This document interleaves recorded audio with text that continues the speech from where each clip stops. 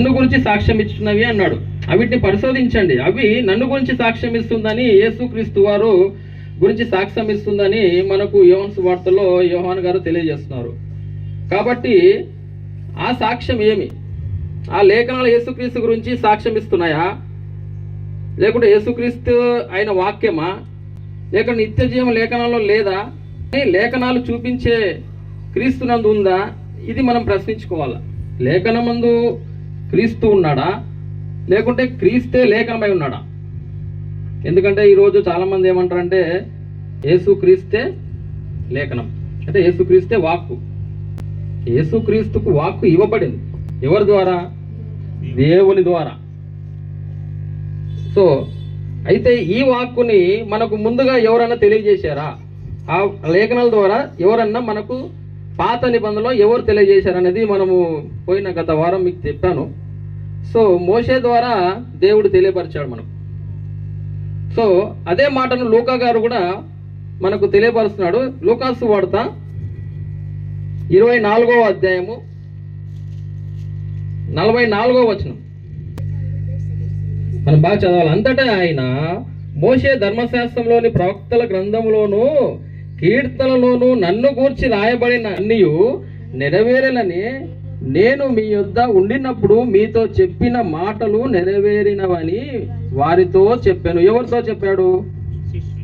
శిష్యులతో. ఏమని చెప్పాడు? మీరు ఏం లేఖనాలు చదివినారు? మోషే గ్రంథములో మోషే మాటలు ఏం మాట్లాడినాడు? నా వంటి ప్రవక్త, నాలాంటి ఒక ప్రవర్తను మీ సహోదరులోంచి దేవుడు ఒక ప్రవక్తను పుట్టిస్తాను అన్నాడు. దేవుడు పుడతాడా? ఇది బాగా అర్థం కావాల. ఎందుకంటే లేఖనాలు చెప్పుతున్నది ఏంది, మనం దాన్ని ఆలోచిస్తుంది ఏంది?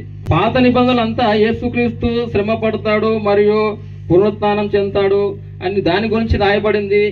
మోషే లాంటి ప్రవక్తను పుట్టిస్తానని రాయబడి ఉంది. కానీ దేవుడు వస్తాడని ఇక్కడ రాయబడి ఉందా? సో ప్రవక్త, నా సేవకుడిని పుట్టిస్తాను అన్నాడు. నా సేవకుడు ప్రవక్త అని యేసుక్రీస్తు వారికి పాత నిబంధనలో దేవుడు మనకు లేఖనాల ద్వారా తెలియజేశాడు, ప్రవక్తల ద్వారా. అదే లూకా సువార్తలో మళ్ళా అక్కడే 24వ అధ్యాయము 6-7 వచనాల్లో ఆయన చనిపోయిన తర్వాత వీళ్ళు అక్కడ వెళ్ళి చూస్తారంటే వీళ్ళకు లేఖనాలన్నీ తెలుసు, ప్రవక్త గ్రంథాలన్నీ తెలుసు, యేసుక్రీస్తు వారు కూడా చెప్పాడు. ఆ లేఖనాలు మీరు ఏదో చదివారో అవన్నీ నెరవేరుస్తున్నానయ్యా, నేను చనిపోయిన తర్వాత నేను ఇక్కడ ఉండను, నేను పరలోకానికి వెళ్ళిపోతానని శిష్యులతో చెప్పాడు, అక్కడ ఉన్న స్త్రీలతో చెప్పాడు. కానీ వాళ్ళు వినకుండా ఎక్కడున్నారో, ఎక్కడికి వచ్చారో చూడండి. ఆయన ఇక్కడ లేడు, ఆయన లేచి ఉన్నాడు. ఆయన ఇంకా గలిలీలో ఉండినప్పుడు మనుష్య కుమారుడు పాపిష్టులైన మనుషుల చేతికి అప్పగింపబడి సిలువ వేయబడి 3వ దినమందు లేవవలసి ఉన్నదని ఆయన మీతో చెప్పిన మాట జ్ఞాపకము తెచ్చుకోనిడి అని ఎవరంటున్నారు? ఇక్కడ దూతలు గద్దిస్తున్నాయి. ఎవరిని తెలుసా ఈ సందర్భం మీకు? అక్కడ మార్తా ఉంది, మరియా ఉన్నారు, పేతురు ఉన్నారు, అందరు ఉన్నారు. వాళ్ళు యేసు ప్రభుత్వం తిరిగినారు, యేసు ప్రభు గురించి వచనాలు చదివినారు, యేసు ప్రభు గురించి కొన్ని వాళ్ళకి చదవనికి రాలేండి, చెప్పినాడు, యేసుక్రీస్తు వారు చెప్పినారు. అయినా కానీ వాళ్ళు యేసుక్రీస్తు వారి సమాధి దగ్గరికి వెళ్ళి సమాధిలో వెతుకుతున్నారు. ఇప్పుడు కూడా మన వాళ్ళు అదే పని చేస్తున్నారు. ఇప్పుడు కూడా దేవుడు కాదన్నవాన్ని దేవుడని ఆరాధిస్తున్నారు. కాబట్టి మనము లేఖనాల్ని దేవుడు చెప్పినట్టు మనం వినాలి, కానీ లేఖనాలు దేన్ని చూపిస్తున్నాయని చూడాలి. కానీ లేఖనం దేవుడు యేసుక్రీస్తు వారికి ఇచ్చాడు. సో అదే మాటను లూకా సువార్త అక్కడే 25-27లో అందుకు ఆయన, అవివేకులారా, ప్రవక్తలు చెప్పిన మాటలన్నిటినీ నమ్మని మందమతులారా, క్రీస్తు ఇలాగ శ్రమపడి తన మహిమలో ప్రవేశించుట అగత్యం కాదా అని వారితో చెప్పి, మోషేయు సమస్త ప్రవక్తలు మొదలుకొని లేఖనములన్నిటిలోనూ తన్ను గూర్చి వచనాల భావమును వారికి తెలిపెను. అంటే ఆ వచనాల భావము అంటే యేసుక్రీస్తు వారు చనిపోతారు, శ్రమ పడతారు అని మీకు చెప్పాం కదా, మరి మీరు ఇలా ఉన్నారని ఏమంటున్నాడు అక్కడ? అవివేకులారా, ప్రవక్తల మాటలను చెవిన పెట్టని వారులారా, మందమతులారా అంటున్నారు.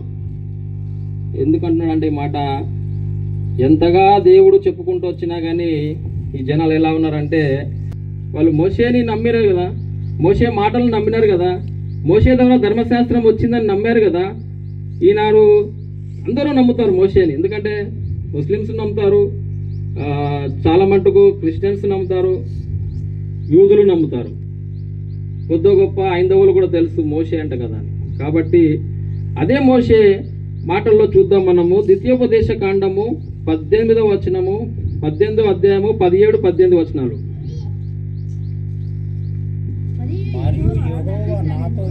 మరియు యెహోవా నాతో ఇట్లా నేను, వారు చెప్పిన మాట మంచిది, వారి సహోదరుల నుండి నీ వంటి ప్రవక్తను వారి కొరకు పుట్టించదను. ఎవరి కొరకు? ఇశ్రాయేలు కొరకు. అతని నోట ఆ మాట నుంచుదును, నేను అతనికి ఆజ్ఞాపించుతున్నది యావత్తును అతను వారితో చెప్పును. అంటే ఆయనకి ఏమైతే నేను ఆజ్ఞాపిస్తానో, నేను ఏమైతే చెప్పి పంపుతానో, ఏమైతే లేఖనాల ద్వారా నేను చెప్పానో అవన్నీ ఆయన ద్వారా నెరవేరుస్తాను అంటున్నాడు. కాబట్టి ఈ మాటకు మనకు అర్థం కావాలా? దేవుడు ఆజ్ఞ ఇస్తున్నాడు, నెరవేర్చేవారు ఎవరు? యేసుక్రీస్తు ప్రభుల వారు. దేవుడు ఆజ్ఞాపించిందంతా ఆ ప్రవక్త తెలియజేస్తాడు, దేవుడు మాటలన్నీ తెలియజేస్తాడు.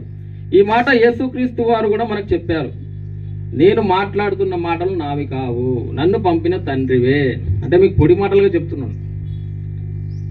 ఎందుకంటే యేసుక్రీస్తు వారు ప్రతిసారి అతన్ని యూదులు ఆయనను ఏదో రకంగా ఇబ్బంది పెడుతూ ఉన్నారు. ఎందుకంటే ఆయన నుంచి ఏదన్నా తప్పుడు మాట వస్తుందేమో, ఆయన ఎట్లా ఏ రకంగా ఆయనకు అభియోగం మోపాలి ఆయన మీద, ఆయనను ఆ సమాజ మందిరం నిలబెట్టాలని వాళ్ళు చూస్తున్నారు. కానీ ఎప్పుడు కూడా యేసుక్రీస్తు వారు లేఖనాలు చూపిస్తున్నారు. ఆ లేఖనాలు నా గురించే చెప్తున్నాయా, దేవుడు నా గురించే ఆ లేఖనాలు రాయించాడు, నేనే ఆ ప్రవక్తనని యేసుక్రీస్తు వారు, నేనే ఆ క్రీస్తునని చెప్తూ వచ్చారు.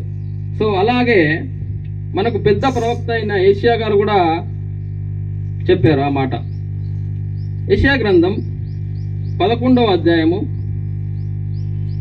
యెషయా గ్రంథం 11వ అధ్యాయము 1-2 వచనాలు చదువుకుందాం.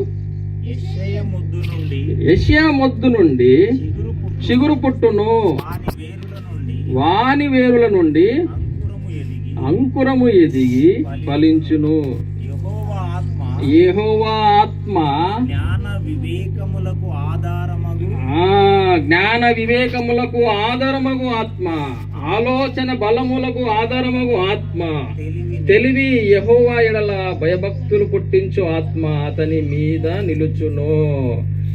ఇది ప్రవచనం, ఇది దేవుడు మాట్లాడిస్తున్న మాట, యెషయా ద్వారా మాట్లాడిస్తున్న మాట. అదే యెషయా గ్రంథం 61లో కూడా, ప్రభు ఆత్మ నా మీద ఉన్నది, బీదులకు సువర్తమానం ప్రకటించుటకు ఆయన నన్ను ఎన్నుకున్నాడు. ఇదే మాటను యేసుక్రీస్తు వారు కూడా మనకు తెలియజేస్తున్నారు. ఆ చిగురు ఎవరు? ఆ చిగురు అంటే యేసుక్రీస్తు ప్రభుల వారు. ఆయన భూమి మీద ఉన్నప్పుడు ఆయన బాప్తిసం తీసుకున్న తర్వాత, యోహాను ద్వారా బాప్తిసం తీసుకున్న తర్వాత ఆయన సమాజ మందిరంలో మొట్టమొదటిగా ప్రసంగం చేస్తున్న ఆ సన్నివేశాన్ని మనం చూద్దాం. ఎందుకంటే ప్రవక్తల మాట వినలేదు. ఇంత బాగా యెషయా గారు చెప్పారు, పెద్ద ప్రవక్త అయిన యెషయా గారు చెప్పారు. మోషే గారు 40 ఏళ్ళు ఇశ్రాయేల్ ప్రజల్ని నడిపించిన మోషే గారు చెప్పారు. అలాగనే యేసుక్రీస్తు ప్రభు వాళ్ళు ఏం చెప్పారో చూద్దాం. లూకాసు వార్త 4:18. లూకాసు వార్త 4:18. ప్రభు ఆత్మ నా మీద ఉన్నది, బీదులకు సువార్త ప్రకటించుటకై ఆయన నన్ను అభిషేకించెను. ఎవరు అభిషేకించారు? ఇది ప్రశ్న రావాలి మనకు. ఒక దేవుణ్ణి ఒక దేవుడు అభిషేకిస్తాడా? ఒక తల్లిని ఒక కొడుకు ఆశీర్వదిస్తాడా? అమ్మా మీకు తెలుసా? నువ్వు కొడుకుని ఆశీర్వదిస్తావా, నీ కొడుకు నిన్ను ఆశీర్వదిస్తాడా? మళ్ళీ ఇప్పుడు దేవుడు యేసుక్రీస్తుని ఆశీర్వదిస్తున్నాడు, ఆయనను అభిషేకించి భూలోకానికి పంపుతున్నాడు అని ఎవరు చెప్పారు? తండ్రి అయిన దేవుడు చెప్పినాడు, ప్రవక్తల ద్వారా చెప్పించినాడు. మళ్ళీ ఇప్పుడు ఆ కొడుకు చెబుతున్నాడు ఏమని? దేవుని ఆత్మ నా మీద ఉన్నది, దేవుని ఆత్మ నా మీద ఉన్నది, బీదులకు సువార్త ప్రకటించుటకై ఆయన నన్ను అభిషేకించెను, చెరలోనున్న వారిని విడుదలకును, గుడ్డివారి చూపును కలగజేయుటకు, ఇవన్నీ చేసేయలేదు యేసు ప్రభు వారు. ఇవన్నీ కరెక్ట్ తెలుసు అందరికి ఇప్పుడు, ఎందుకంటే ఇవే కావాలి మనకు భూలోకంలో. గుడ్డితనం పోవాలా, డబ్బులు రావాలా, బిల్డింగ్లు రావాలా, కార్లు కావాలా, యేసు ప్రభుని నమ్ముకుంటే ఇవన్నీ రావమ్మా. ఇవన్నీ వస్తాయని చెప్తున్న వాళ్ళు అబద్ధికులు అంటాడు దేవుడు. దేవుని గ్రంథం స్పష్టంగా చెప్తుంది, యేసు ప్రభుని నమ్ముకుంటే నిత్య జీవం ఇస్తా అన్నాడు, రెండో మరణాన్ని తప్పిస్తా అన్నాడు. కానీ నీకు బిల్డింగ్లు, బంగ్లాలు, నువ్వు జీవితాంతము యవ్వనంగా ఉండడానికి కాదు యేసుక్రీస్తుని నమ్ముకునేది. ఎందుకంటే యేసుక్రీస్తుని నమ్ముకోవడం వల్ల నీకు నిత్య జీవము, సమాధానము, దేవునితో సమాధానం.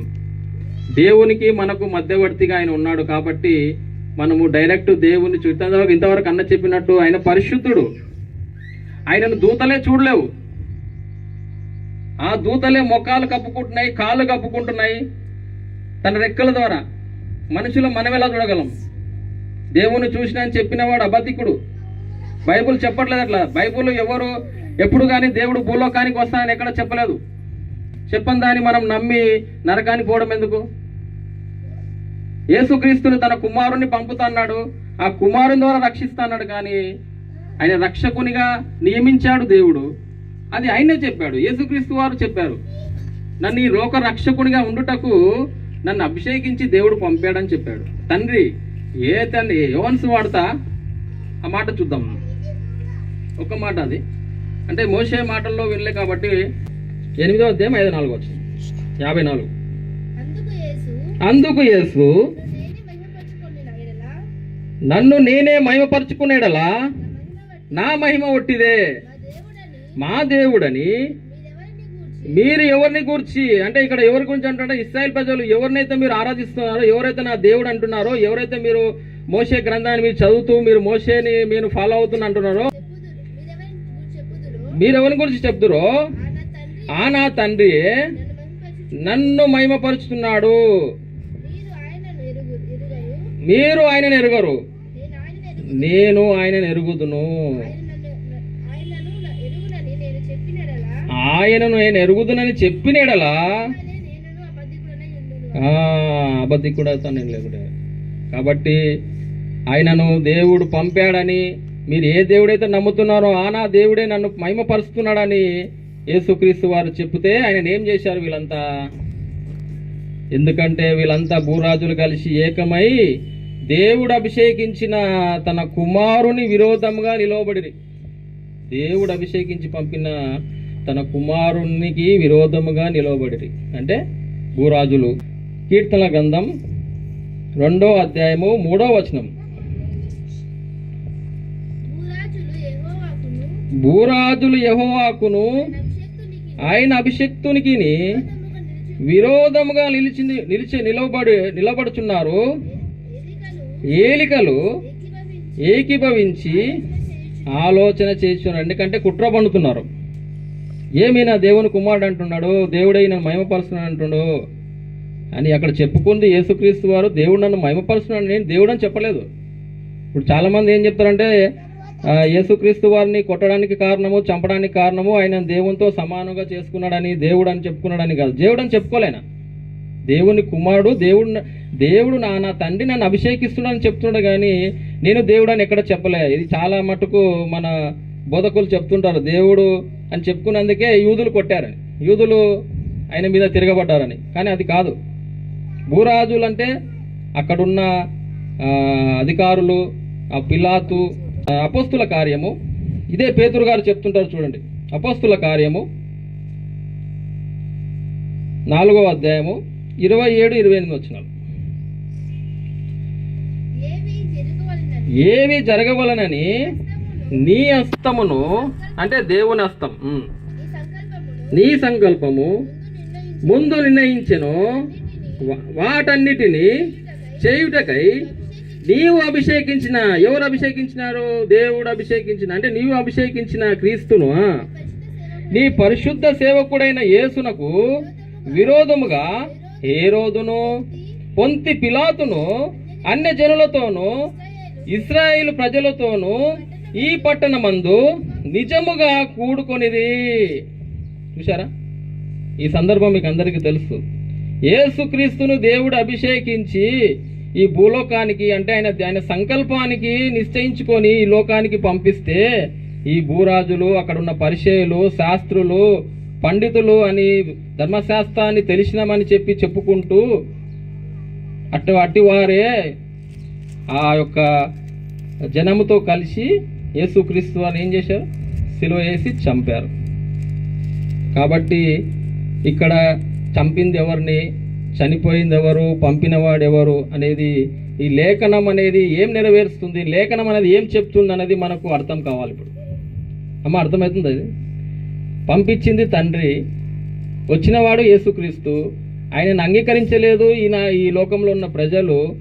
ఆయనను ఆ రాజులకు అప్పగించి ఆయన మీద నేరం మోపి ఆయనను చంపించి సిలువ వేయడం జరిగింది. ఎవరిని? దేవుడినా? ఆయన కుమారుణ్ణి. కాబట్టి యోహాను సువార్త 14:23లో అప్పుడు యేసుక్రీస్తు వారు అంటున్నారు, 14:23లో,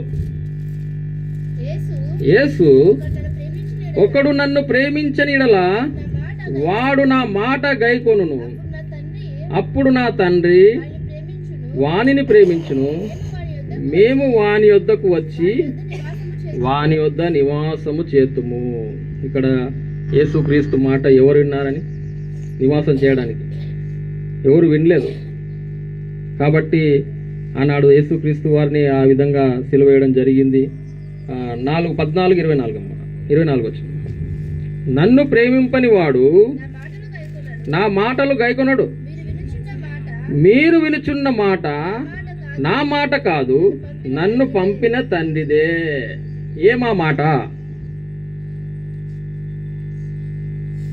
ఏ మాట మాట్లాడాడు యేసుక్రీస్తు వారు? ఆయన ఏమన్నా దేవుడు అనిపించుకున్నాడా, లేకపోతే ఆయన ఏమైనా సొంత మాటలు మాట్లాడా?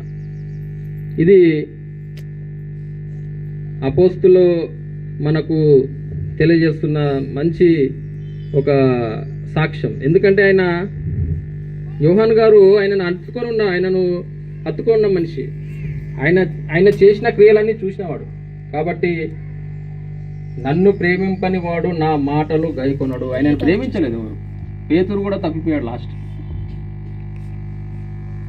మొన్ననే జ్ఞాపకం చేసి నన్ను కూడా. నిజంగా రక్షింపబడింది ఎవరంటే భూలోకంలో 12 మంది యేసుక్రీస్తు వారు ఉన్నప్పుడు ఎవరు రక్షింపబడ్డారంటే ఎవరూ లేరు. ఎందుకంటే మళ్ళీ పోయి చేపలు పట్టుకొని పోయారు అందరు. పేతురు పోయి చేపలు పట్టుకొని పోయిండు, శిష్యులు అంతా ఆయనతో పాటు వెళ్ళిపోయారు. ఎందుకంటే లీడర్ అట్లా. ఇప్పుడు గంగా సిస్టర్ చెప్తే అందరు ఎట్లా వస్తారు అట్లా పేతురు గారు బాగా అందరినీ గ్రిప్లో పెట్టుకున్నారు. యేసుప్రభు గారు చనిపోయినారు, ఆయన పట్టుకున్నప్పుడు అందరూ పారిపోయినారు. ఆయన సిలువ వేసిన తర్వాత, ఆయన పునరుత్థానం తర్వాత మళ్ళా వచ్చి యేసుక్రీస్తు వారు ఏమంటున్నారంటే పేతురుతోని, పేతురు నన్ను ప్రేమిస్తున్నావా అని 3 సార్లు అడుగుతాడు. కానీ పేతురు ప్రేమిస్తున్నాను ప్రభా అంటావు. కానీ లాస్ట్కు ఆయనను రక్షింపబడ్డాడు ఆఖరికి. ఎందుకంటే దుడుకుతాను పేతురికి నాలక. సో అట్లా పేతురు గారు చాలా చాలా చాలా తర్వాత, చాలా బాధ తర్వాత పేతురు గారు ఒక్కరే రక్షింపబడ్డారు. ఆయన ద్వారానే ఈరోజు సువార్త ప్రకటింపబడింది. ఆయనకే బీగాలు ఇచ్చాడు మనం. సో పరలోక రాజ్యము బీగాలు ఎవరికి ఇచ్చారంటే పేతురు గారికి ఇచ్చారు. సో తండ్రి అయిన దేవుడు క్రీస్తు వారికి ఇస్తే, యేసుక్రీస్తు వారు అపోస్తలుడైన పేతురు గారికి ఇచ్చారు. కాబట్టి అలా పేతురు గారు ఒక్కరే ఆయన మాట విన్నాడు. యోహాను సువార్త 12వ అధ్యాయము 47వ వచనం,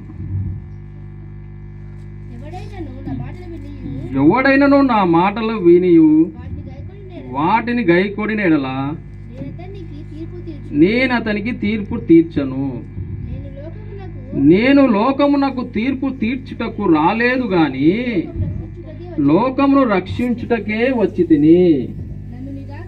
నన్ను నిరాకరించి నా మాటలను అంగీకరింపని వానికి తీర్పు తీర్చివాడొకడు గలడు. నేను చెప్పిన మాట అంత్యదినమందు వానికి తీర్పు తీర్చును. ఎవరు తీరుస్తారు తీర్పు ఇక్కడ అంటే తండ్రి అయిన దేవుడు తీరుస్తాడు. ఎందుకంటే మరి తిరిగి యేసుక్రీస్తు వారిని భూలోకానికి పంపి ఆయన ద్వారా తీర్పు తీరుస్తాడు. వాక్కు అని క్రీస్తుకి ఇవ్వబడింది, వాక్కు క్రీస్తు కాదు. కాబట్టి మన వాళ్ళు ఎప్పుడైనా యేసుక్రీస్తు వాక్యము అయి ఉన్నాడంటే కాదు. క్రీస్తు యేసు ప్రభుకు దేవుడు వాక్యం ఇచ్చాడు, ఆయన ఆత్మను ఆయనకి ఇచ్చాడు. అంటే ఈ లేఖనాలన్నీ సెలవిచ్చేది ఎవరి కోసం అంటే యేసుక్రీస్తు వారి కోసం ఇస్తున్నాయి, కానీ యేసుక్రీస్తు వారు వాక్యమై ఉండలేదు. సో కాబట్టి అదే మాట ఏమంటున్నట్టే ఎబ్రీలకు రాసిన పత్రిక. ఎందుకంటే పూర్వకాలంలో నానా సమయంలో నానా విధాలుగా ప్రవక్తల ద్వారా మాట్లాడు. అంటే ప్రవక్తలు కూడా వాక్యమే ఉన్నారా? దేవదూతలు వాక్యమే ఉన్నారా? నిర్గమకాండంలో నా సన్నిధి దూతను నేను పంపుతున్నాను అన్నాడు, ఆయనకు కోపం రేపవద్దు అంటాడు. సో ఆయననేమనాలి మరి? కాబట్టి ఎబ్రీలకు రాసిన పత్రిక 1వ అధ్యాయము 1-2 వచనాలు చదువుకుందాం. పూర్వకాలమందు నానా సమయములను నానా విధములుగాను ప్రవక్తల ద్వారా మన పితరులతో మాట్లాడిన దేవుడు. అంటే ప్రవక్తల ద్వారా మాట్లాడినాడు, దేవదూతల ద్వారా మాట్లాడినాడు. ఈ దినము అంతమందు తన కుమారుని ద్వారా మనతో మాట్లాడుతుంది. కుమారుని ద్వారా అన్నాడా, కుమారునితో అన్నాడా? కుమారుని ద్వారా అంటే ఇప్పుడు నేను మాట్లాడుతుంది నా మాటలు కాదు కదా, నా ద్వారా దేవుడు మాట్లాడిస్తున్నాడు. ఇప్పుడు అన్న ద్వారా దేవుడు మాట్లాడిస్తున్నాడు, అన్న మాటలు కాదు అవి. ఇప్పుడు కృష్ణన్న మాట్లాడి వెళ్ళిపోయిందంటే ఆయన మీద నేరం అయిపోద్దు. రేపు రమేష్ అన్న ఏదో మాట్లాడిపోయినట్టు నా మీద ఇది నేను కాదు మాట్లాడు, దేవుడు మాట. ఏదన్నా దొరలొచ్చు మా దగ్గరికి, కానీ దానికి క్షమాపణ దేవుని చెప్పుకుంటాం. కానీ దేవుని మాటలు ఏమున్నాయో అవేమి చెప్పడానికి వచ్చాము ఇక్కడ. అదే అంటాడు యేసుక్రీస్తు వారు, నా మాటలు కాదయ్యా దేవుని మాటలు. ఆయన దగ్గర నేను ఏం విన్నానో, ఏమి చదివానో, ఏమి నేర్చుకున్నానో, మీరేం చదివారో అవే నేను చెప్తున్నాను అంటున్నాడు. కాబట్టి మనము దేవుని మాటలు యేసుక్రీస్తు వారి ద్వారా మనకు వచ్చాయి. అంటే ఆ వాక్కులు యేసుక్రీస్తు గురించి చెప్పాయి. ఆ వాక్కునే యేసుక్రీస్తు వారు మనకు తెలియపరిచారు. ఆ వాక్కుని మనకు నెరవేర్చి ఆయన చూపించెళ్ళాడు. కాబట్టి అదే కొరింథీయులకు రాసిన పౌలు గారు ఒక మాట అన్నాడు. అపోస్తలుడైన పౌలు గారు 1 కొరింథీ 3వ అధ్యాయము 22వ వచనం. పౌలైనను అపోలోలైనను కేఫాయినను లోకమైనను జీవమైనను మరణమైనను ప్రస్తుతమందున్నవైనను రాబోవైనను సమస్తమును మీవే. మీరు క్రీస్తు వారు. క్రీస్తు దేవుడా? దేవుని వాడు. అర్థమైందా? సమస్తమును మీరు ఏమని చెప్తున్నాడు? మీరు క్రీస్తు వారు, క్రీస్తు దేవుని వాడు. మనం క్రీస్తు వారం. అపోలో అయినను, కేఫా అయినను, లోకమైన ఇంకా ముందుండే అయినా కానీ సరే, ఇప్పుడైనా సరే, ఇంకా ముందు ఉండబోయిన అయినా సరే, అన్నీ క్రీస్తు దేవుని వాడు.